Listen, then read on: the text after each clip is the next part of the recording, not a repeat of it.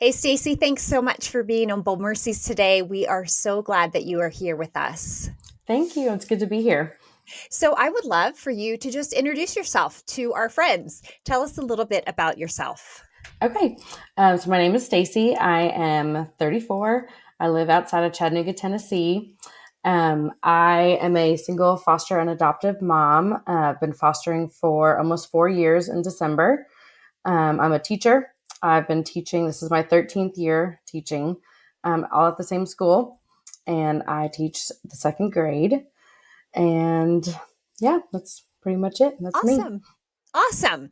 Yeah. Thank you for the beautiful introduction about yourself. So, we have you here today to talk about your fostering journey Hmm. and a little bit about that journey. And so, I would love for you to just I don't know, begin probably at the beginning. When Yeah. did you really have this burden on your heart and sense a call that this is what God is asking for you? And I would like to add to that all of us listening are probably like, wow, she's a single mom doing all of this with her foster kids.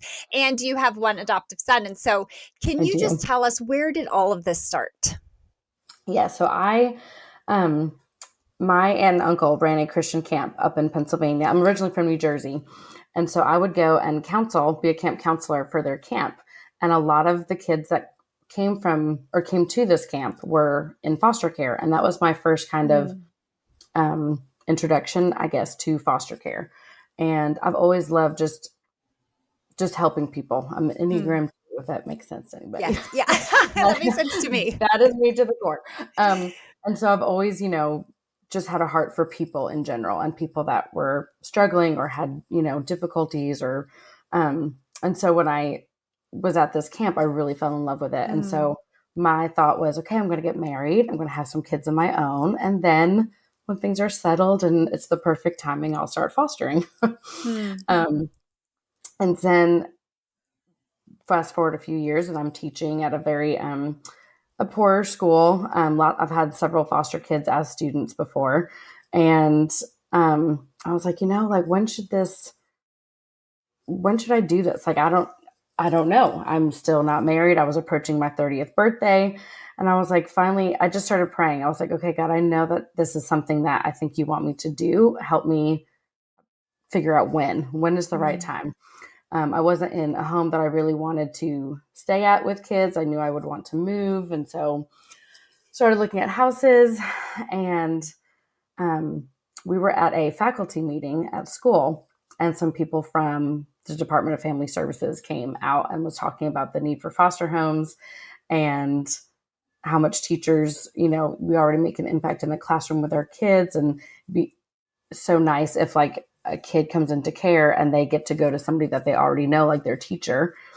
And so I was like, okay. mm. And then the very night before, I did forget to mention this, someone that I hadn't even spoken to in years reached out to me and said, I know this is going to sound so weird, but I just really feel like you would make a great foster mom. I hadn't Wow. told anyone I was praying about it or anything. She messages me, and then the very next day, DFAX is at my school talking about the need for foster parents. So my hair on my arms just like stood up, and I Wow. was like, okay, I guess that's you. I guess we're going to start this. And so I got the lady's contact info that was at our school and reached out to her and said, this is something I'm really interested in. Can you give me more information? So I moved into my new house June 1st, and I started classes in July. Wow. So that's how it all Wow. kind of started. Yeah. Wow. I love that. I love how God planted those seeds when you were super young, like Yes. working at Yes. a camp and just having an understanding, of foster children and the needs that are there. And so Yes. I just Hmm. love how God planted all of those seeds before you needed Yes. a major decision, right? Like you knew at Right. some point this was something Some that point. you, Yeah. yeah, something that you were going Yeah. to do. How many Hmm. placements have you had up to I've this point? had 13. Pretty sure it's been Wow. 13. Yeah.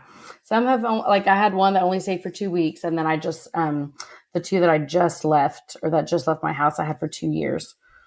Wow. So anywhere from 2 weeks to 2 years. Wow. Yeah.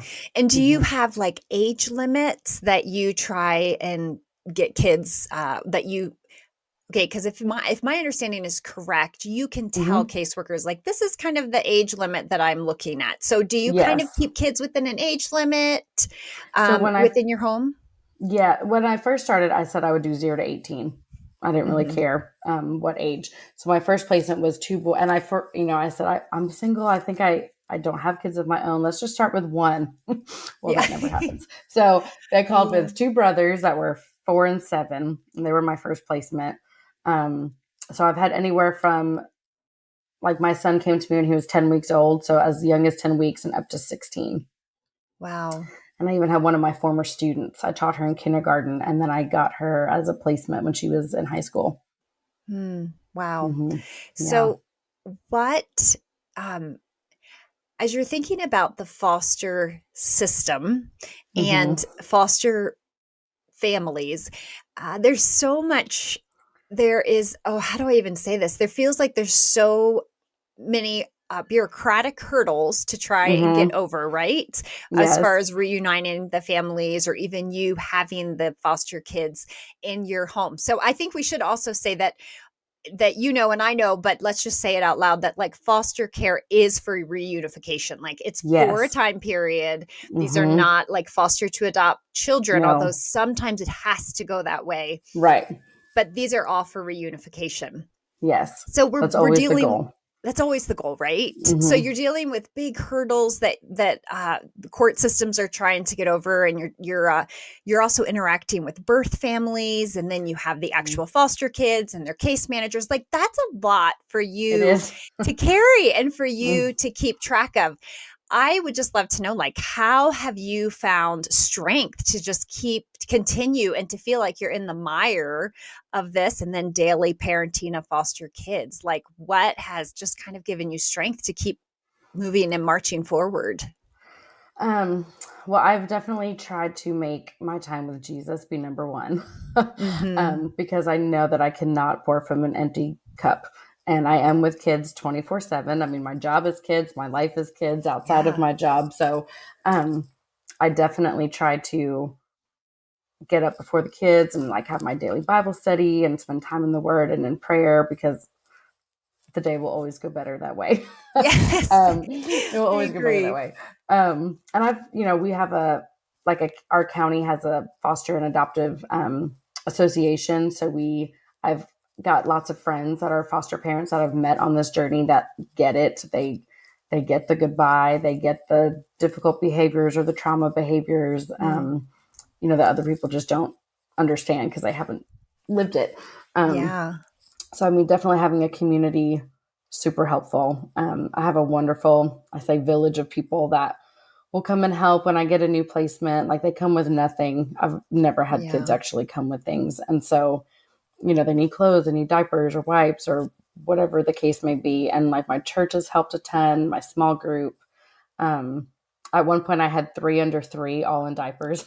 Oh my And so it was like goodness. nutso at my house. And so my small group just came and, got everyone's diaper size and clothing size and just showered us with help in that way. I'm Um, picturing you like with 3 diaper bags, 3 babies, brand new in your home, setting up bottles and trying to get them to daycare before you have to get to school. yes, I leave Like at that was nutty 6:15. time. Yeah. Oh, We leave at 6:15. So everyone's in bed by 7, and we get up at yes. 5:45, 5:30. And yeah, it's And it's you're very busy. yes. But I will say, for me, part of also what helps is building relationships with the bio families. Mm, That's been like one of my favorite parts, honestly, of foster parenting, has been that. Um, Not that it always works for, there were a couple that I, didn't have contact with the families, but for most of them, building that relationship with them, sending them pictures of their child, mm. trying to encourage them with their case plan. Um, that's been a huge, wonderful blessing that I didn't know would come out of this. Mm. Tell us how, tell us the blessings that are the fallout of you not only caring for the foster kids, but behind every foster Yes. child, right, is Is a this parent. family. And lots of times they're working through addictions, or Yes. they're working through a lot, A right? lot. Hmm. Tell us what have kind of been the fallout of the blessings that you've had from caring for these birth families. Yes. Um, so so many, and I heard this quote one time that said, the parents of our foster kids 20 years ago would be the kids that we would gladly welcome into our home.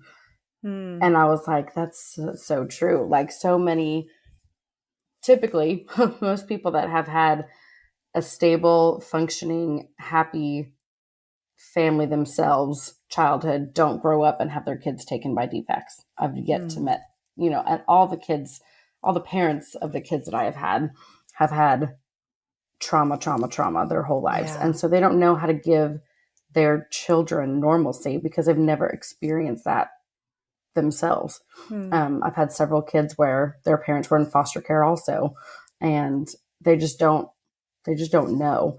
And they've been judged and looked down upon because of their life choices and circumstances.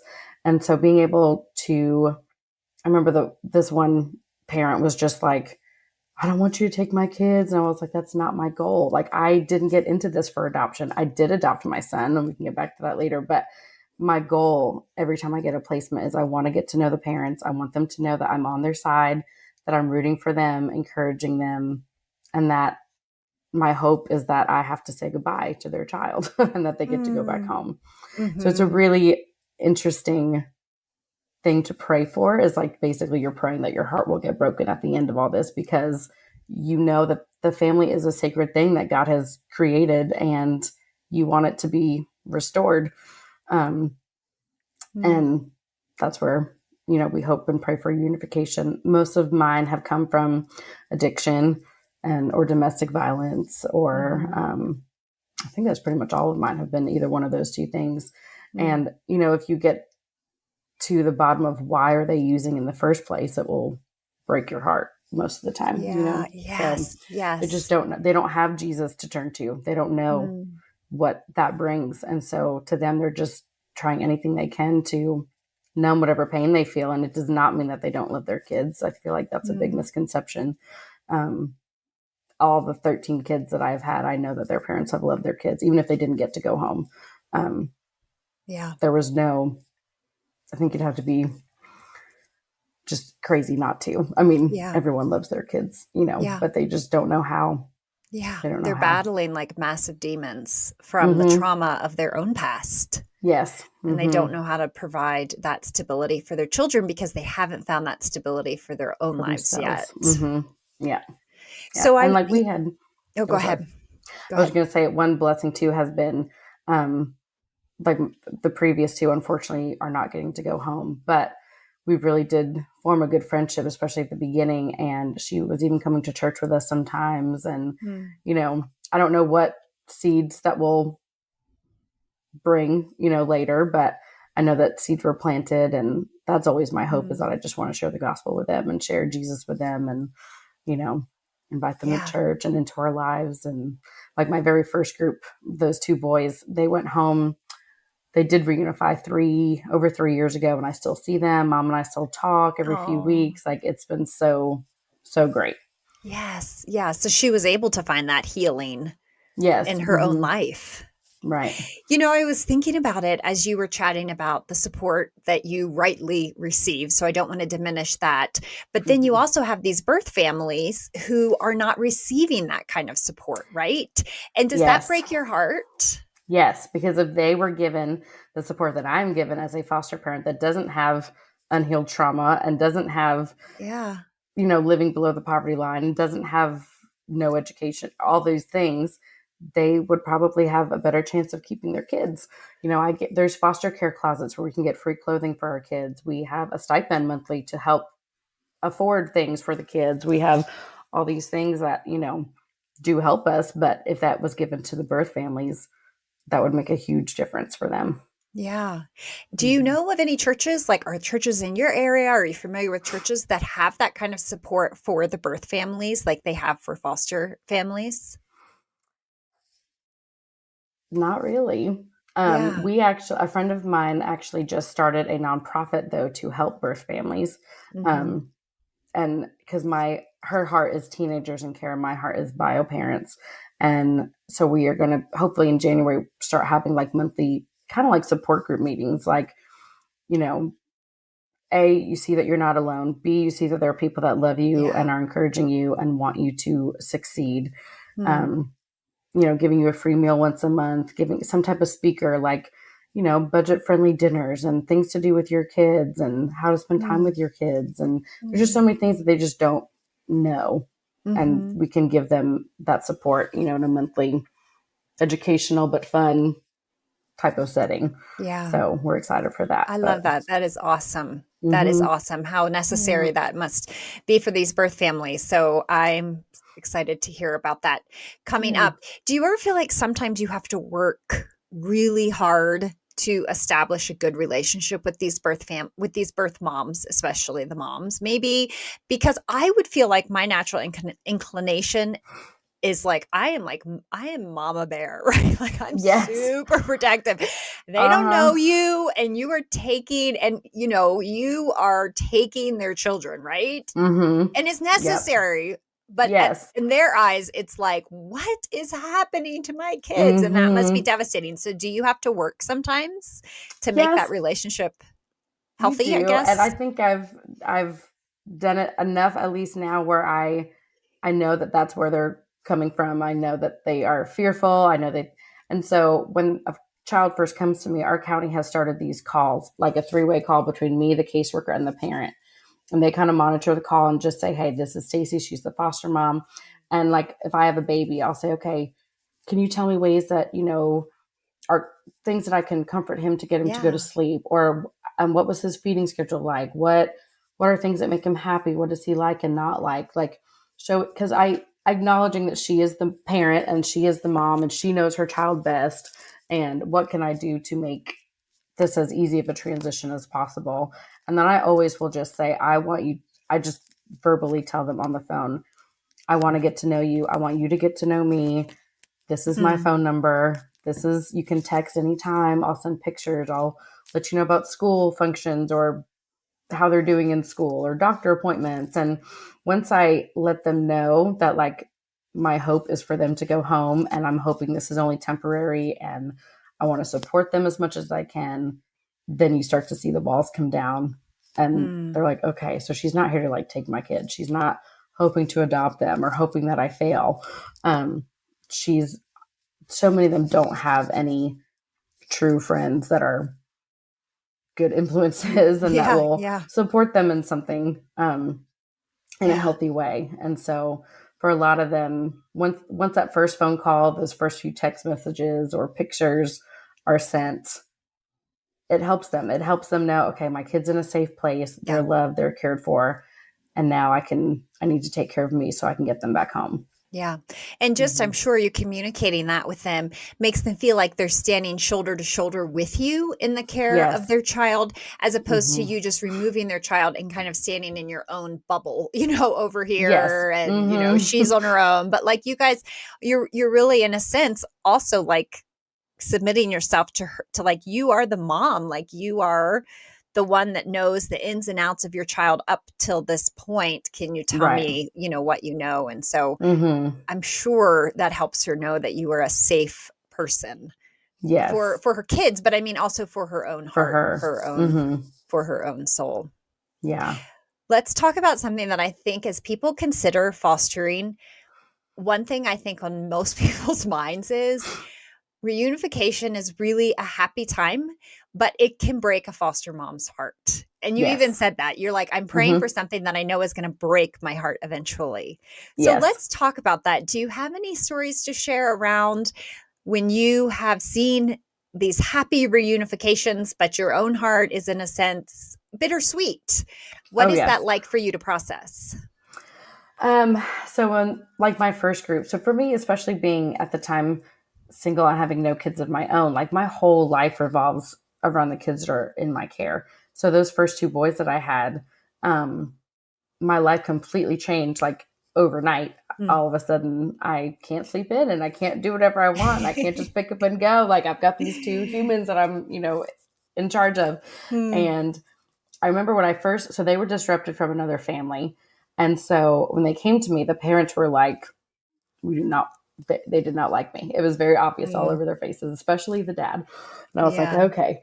So I just kind of weaseled my way in, I guess. And I said, they were, so kind of how it works. They start with supervised visits, then they go to Mhm. unsupervised. And then if that's really going well for a while, then they have, they'll have an overnight visit or two, and then they'll have a couple weekend visits. And then at the next court hearing, they'll be able to go home. So when they came to me, they were already at unsupervised. So Okay. typically you can get a transporter to transport kids to visits, and then bring them home. But I was like, I have no reason to not be able to transport them myself. Mhm. So and they were meeting at the Chick-fil-A right down the road twice a week. And I was like, I'll just take them and then kind of force them to talk to me. Yeah, you're So there. yeah, so I would drop them off. And again, it was so awkward at the beginning. Like, and this is also my first placement. So You're I probably would just do things figuring it out. differently. Yes, Yeah. figuring out how to be a mom of kids that are already 4 and 7, not newborns, and that have, anyway, it was just a Yeah. lot. I can But I was like, imagine. I want these parents to not think that I'm like here to take their kids. so, Mm. um, so when I would drop them off, they would, the kids would hug me goodbye, and I would talk to the parents in the parking lot for a few minutes, and then, I'd pick them up. The kids would be so excited, Stacy, Stacy, and they'd run up and hug me, um, and so they kind of were like, okay, my kids really love her. She's not a bad person. She's trying to get to know us. And so the walls, like I said, just kind of slowly started to Yeah. come down a little bit. Mom and I exchanged phone numbers. I sent her pictures and, things like that. And so when we got to court the day of reunification, like my caseworker, who I loved, she said, I'm just letting you know, like they're going home at this next court hearing. Like just mentally prepare yourself. Mm. And I was like, oh, but it's good, but I'm sad, and Yeah, it's all basically I just have bittersweet. to, yes. And so we were at the court hearing. The judge says that they can go home. Everyone's like yelling and excited and hugging. I'm over there like, I can't even You're hold the tears just in. I was like, whoa. So we get out of the courtroom. Of course, I'm so happy. The boys come and hug me, yes. and we get out. And the dad, who, if you just knew him, you'd be shocked at this, but he just put his arm around me, gave a big hug, kissed the top of my head, and said, I want you to keep fostering. You're a great foster mom. Please keep doing Oh. this. And I was like, oh, okay. That is so Even the amazing. caseworker, she texted me when that happened. Did I just see what I think I just saw? Like it was just Oh. so, from the first meeting we had where it was like no emotion and Yeah. just anger looking, to then now to where he was thanking me for what I had done and that I loved their kids. And the mom was like, I Mm. promise you're still going to see them, Stacey. Like we're family now. It's, um, I just saw them a couple of weeks ago actually. So, And and they're that all was doing 3. well. Yeah, Oh, that is so great. I know. Wow, that So must it's have really, really felt like a real confirmation to yes. continue on.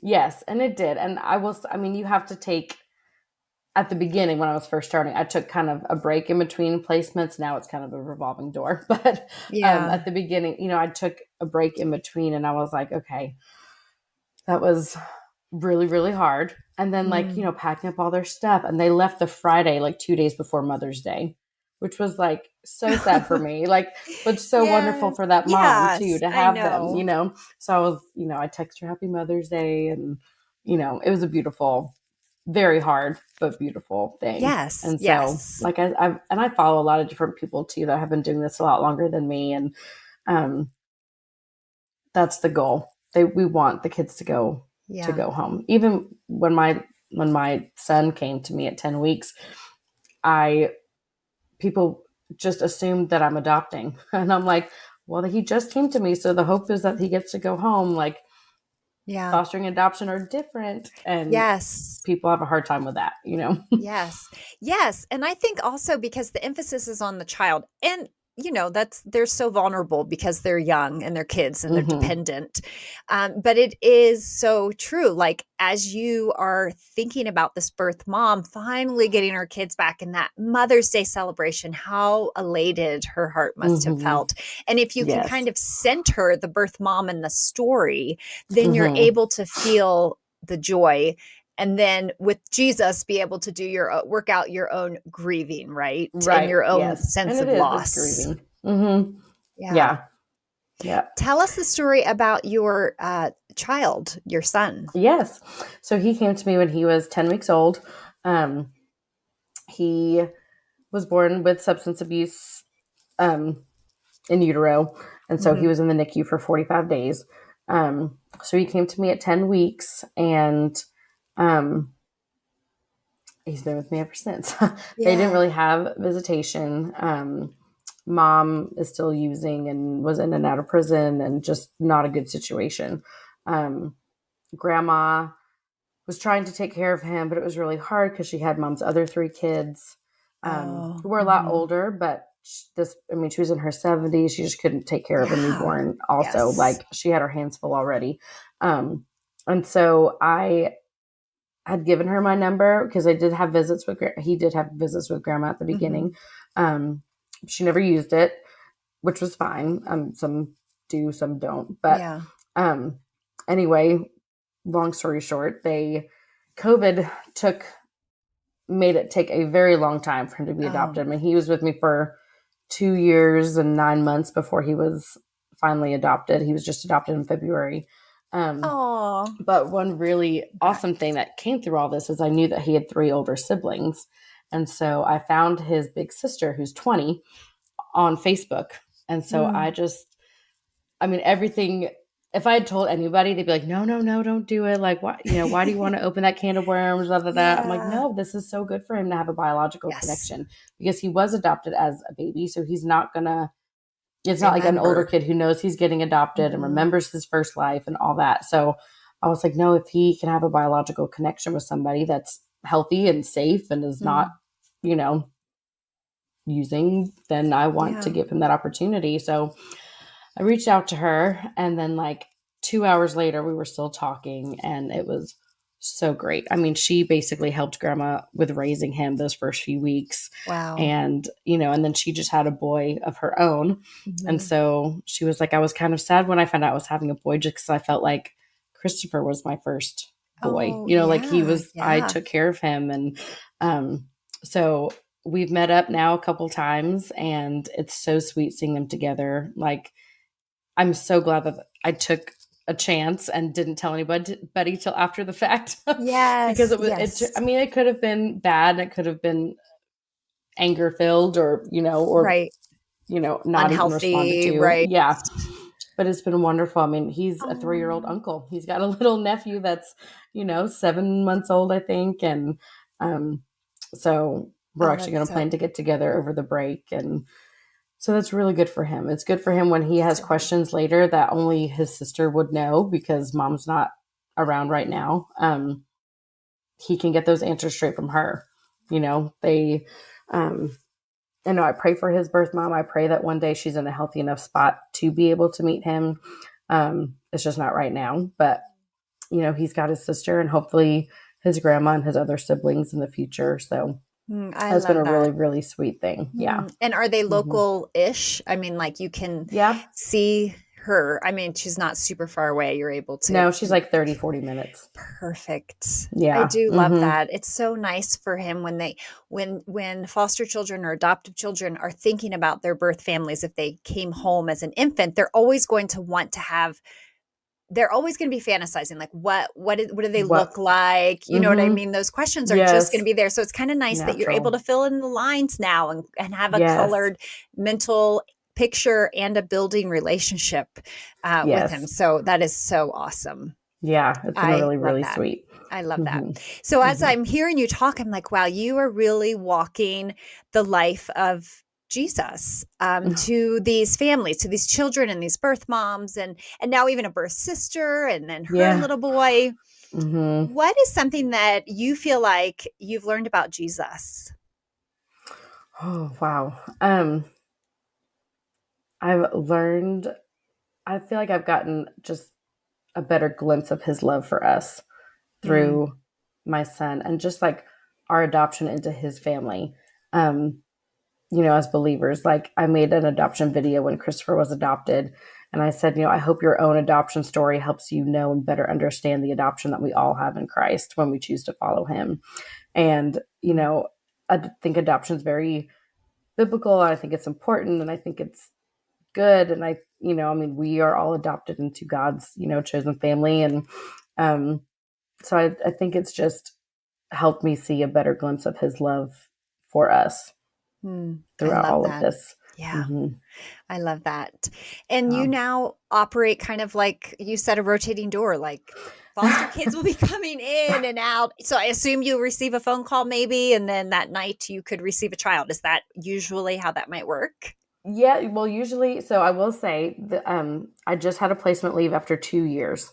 Oh, that's Um, right. You did say it that was really, really to me. hard. Like I really got to know the mom a lot, but unfortunately, she just had too many of her own personal demons, I guess, to really be able to do what she needed to do. And so finally, after 2 years, the kids are getting permanency, which is sad but good. Like Yeah, it's they good that need they're that. getting permanency. It's a bittersweet thing too. Like I think another thing that people think is adoption is all happy, happy, but there's so much loss. Like you can't have adoption without the loss first. And so I think it's good to recognize both of those things. But basically, after that first placement I took a little, like, it was May, it was the end of the school year. I said, I'm going to take a little break, go home to Yeah. New Jersey, see family. Then you can call me again in July.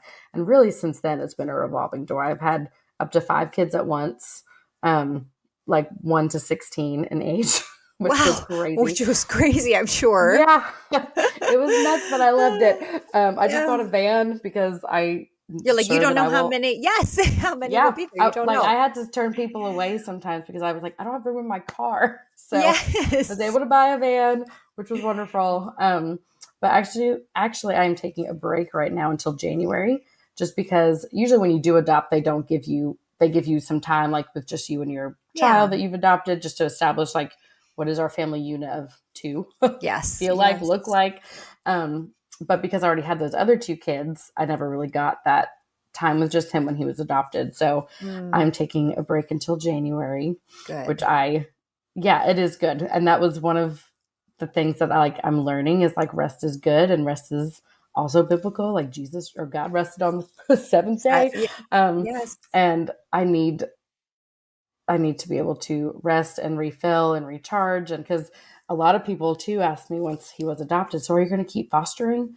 And I was like, well, yeah, because this adoption is totally, it's not the reason why I went into fostering. Yeah. I Right. didn't go into fostering with hopes to adopt. I went into fostering hoping for reunification. And then if something happens and I have a placement that can't go home and doesn't have, then I would consider adoption, but Mm, that wasn't the hmm. whole goal. Um, Mm, but it did work out for us. And obviously I'm very glad it did. And so we're just getting used to being just the two of us. yeah. We've never had that ever Oh, I'm since so he came glad to that, live with me. So yes. I'm it's so glad nice. that you have that time just to Yes. solidify just the two of you in his Hmm. young mind, just to be like, yeah, that's right. This is like this is our core family unit. Yes. Hmm. Yeah. That's great. And plus, So, I knew oh, no, go sorry. ahead. I knew we had a hard time when they left too. Like he Oh, was only 15 yeah. months when they came. So, and I still get to see them. They're actually with friends of mine. Okay, So I still get to see them and he still gets to see them. And so that's been a good. good thing for all of us. So, Especially a but good yeah. transition for him because he doesn't, as a Yes. 3-year-old, he doesn't have a complete understanding, and it's really all he's known is them in All his he's known. life. His kids are in and Yes. out. Yeah. Mm-hmm. Hmm. Mm-hmm. That's great. So Yeah. in what ways have you really tangibly seen God's bold mercy show up in this foster journey that you've been on? I think just, um, well, in several ways. And his provision, like I could not do this by myself without the help of people coming around to help us. Like I said, like when those first 2 kids came to me, like my church like filled my trunk with stuff for both, the girl and the boy, and the diapers and the wipes and the toys for my girl. And I mean, like literally that night, my door was a revolving door of people coming and bringing toys for the girl or clothes because they had nothing. Nothing. Um, Mm, and so, like, he's just provided so many wonderful people that might not be fostering right now, but they want to help and they want to support me who is. And therefore, I get the strength to keep going too, mm. because I know that I have people around me that will help. Um, and also just realizing like I don't like it when people say, "Oh, you're such a saint for what you're doing," or "Oh, you're so blah," you know. Yeah. I'm not. I'm no different than anybody else. This is just a calling that God has put on my life, and it's something that I've become passionate about. I love talking about partnership parenting and, being able to work with the parents. And I mean, it's just been, I'm no different than anyone else. Anyone Yeah. can do this, and it's hard, yes, but it's he just gives that daily grace, every day that I need to keep going, and he fills the cup when it's running low, and it's able to pour out onto others, and Yeah. he's the only way I'm able to do this. I love that. Oh, it's Hmm. so true. And you've taken a huge leap of faith to be able to say that as a single woman, I am going to jump into this by myself. Hmm. And I just love how God has provided for you along the way. And you have obviously had to Yes. just trust and know that needs are going to arise, but God's going to provide them. Yes, and he has every time, like Mm. every time. I love that. That's Hmm. awesome. Hmm. So if people are listening, which most of my audience is women, I have a few men, but we'll Yeah. say women and men, few men, the few men out there are listening to this Hmm. podcast and they are thinking in the back of their minds like maybe foster care is for me. What is Hmm. some advice that you might offer them? What is a piece of advice you might offer them? Um, I would definitely say to have a group of people that would can be your village, quote unquote, that can help Yeah. support you. Um, I had core people in my life that I knew I could turn to when I needed, whether it was, can you watch them for a couple hours, or can you help me while I'm, going at the doctor or coming to a court hearing with me, those different things. People that can physically just bring you things that the kids need when they come with just the clothes on their back, which is typical. Um, so have your village of support. Figure out ways to, I know this is like a hot word right now, but to give yourself some self care where you can really um, make sure that you are taking care of yourself too in the midst of taking care of everybody else. Cause I know that's something that I struggled with, especially at the beginning, was like, I can't leave them with a babysitter. I can't do anything for me because I have to, give Mm, 1,000% all the time. But I was running low on fuel quickly yeah. by doing that. So, like find ways that you can make sure that you're taking care of yourself too. And then, I mean, obviously for me, it's a given, but, be in the word every day, Yeah. be in prayer every day, pray for the parents. When you pray for someone, any hardened heart is softened, I think, when Yeah. we pray for people that we are struggling to love, and try to just remember that these parents, if they had come to your home 20, 30 years ago, you would welcome them just like you would any foster child. Mm, Um, they have their own hurts and traumas and things that they need um, prayer and healing yeah. for. And it's a really beautiful thing when you can get to meet them and know them and just, share Jesus with them Yeah. and just meet them Yeah. where they're at. Mm, yeah. Hmm. Well, thank you. That was just packed full of good advice right there. So thank you for that from a tried and Yeah. true foster mom.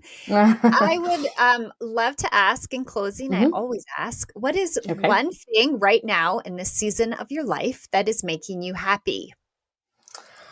Hmm. Honestly,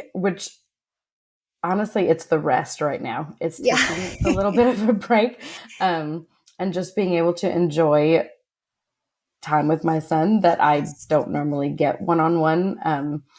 And also reading now. Like I've been Yeah. reading for fun, which I haven't been able to do in a while.